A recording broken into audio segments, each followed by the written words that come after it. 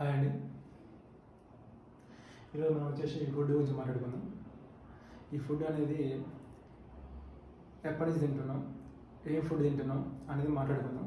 మెయిన్గా వచ్చేసి 10,000 years before, అంటే 10,000 సంవత్సరాలకు ముందు మనం తినేది ఎక్కువ మీటు, ఫ్రూట్స్. ఈ మీటు హంటింగ్ అంటే వేటాడి మరి తినేవాళ్ళు, అది డైలీ 1 times మాత్రమే తినేవాళ్ళు. ఫ్రూట్స్ కూడా వాళ్ళకు దొరికిన ఆ టైంలో సీజనల్గా ఏ సీజన్లో ఏ ఫ్రూట్స్ మాత్రమే వాళ్ళకి అందుబాటులో దొరికినవి మాత్రమే తెంపుకొని తినేవారు. మీట్ మాత్రం ఖచ్చితంగా వేటాడి తినేవారు. అప్పటి వరకు వాళ్ళకి అగ్రికల్చర్ అనేది తెలియదు, అందుచేత వాళ్ళు ఈ మీటుని ఫ్రూట్స్ మాత్రం తినేవాళ్ళు. 10,000 years బ్యాక్ మనకు సివిలైజేషన్ స్టార్ట్ అయింది. అంటే మనం ఈ సివిలైజేషన్ మన అగ్రికల్చర్ అనేది స్టార్ట్ చేసాం.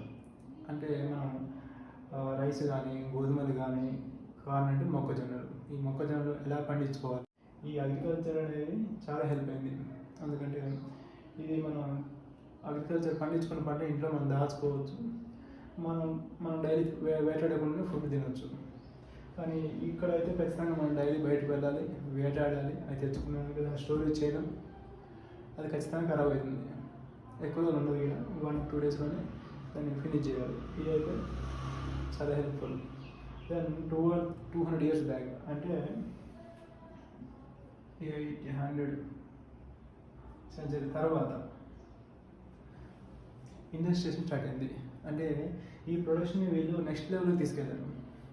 అంటే సైంటిస్టు వాళ్ళు దాన్ని దీంట్లో ఉన్న జెనెటిక్స్ హైబ్రిడ్ వర్షన్ని సృష్టించి ఈ యొక్క క్రాప్స్ని, రైస్ కావచ్చు, గోధుమలు కావచ్చు, మొక్కజొన్న కావచ్చు, వీటన్నిటిని చాలా ఎక్కువ మోతాదులో ఉత్పత్తి చేయడం చేశారు. దానివల్ల మనకు పాపులేషన్ చాలా ఇంక్రీజ్ అయిపోయింది. మనకు అందరికీ అందుబాటులోకి అన్ని ఫుడ్స్ వచ్చేసాయి. బట్ నౌ ప్రజెంట్ అందరూ తినే ఫుడ్స్ రిఫైన్డ్ ఫుడ్స్. అసలు రిఫైన్డ్ ఫుడ్స్ అంటే ఏంటి? Nothing like processed foods. అసలు ప్రాసెస్లో ఏం చేస్తారు అంటే, ఫర్ ఎగ్జాంపుల్ ఇది ఒక రైస్ తీసుకోండి, ఒక రైస్ గింజ. ఈ రైస్ గింజలో లోపల మాత్రమే మనకు వైట్ రైస్ ఉంటుంది, అవుటర్లో దీనికి ఒక షెల్ ఉంటుంది. అంటే దానికి చుట్టూ రైస్ చుట్టూ ఒక బ్రౌన్ కలర్లో షెల్ ఉంటుంది. దీంట్లోనే ఫైబర్ ఉంటుంది, విటమిన్స్ ఉంటాయి, తక్కువ మోతాదు మినరల్స్ ఉంటాయి. సో మనం ఏం చేస్తాము అంటే, ఈ అవుటర్లో ఉన్న రైస్లో ఉన్న దాన్ని మొత్తం తీసేసి, అంటే ఫైబర్ కావచ్చు, విటమిన్స్ కావచ్చు, మినరల్స్ కావచ్చు, వీటన్నిటిని తీసేసి కేవలం వైట్ రైస్, దీంట్లో ఏముంటుంది? కేవలం కార్బోహైడ్రేట్స్ మాత్రమే ఉంటాయి.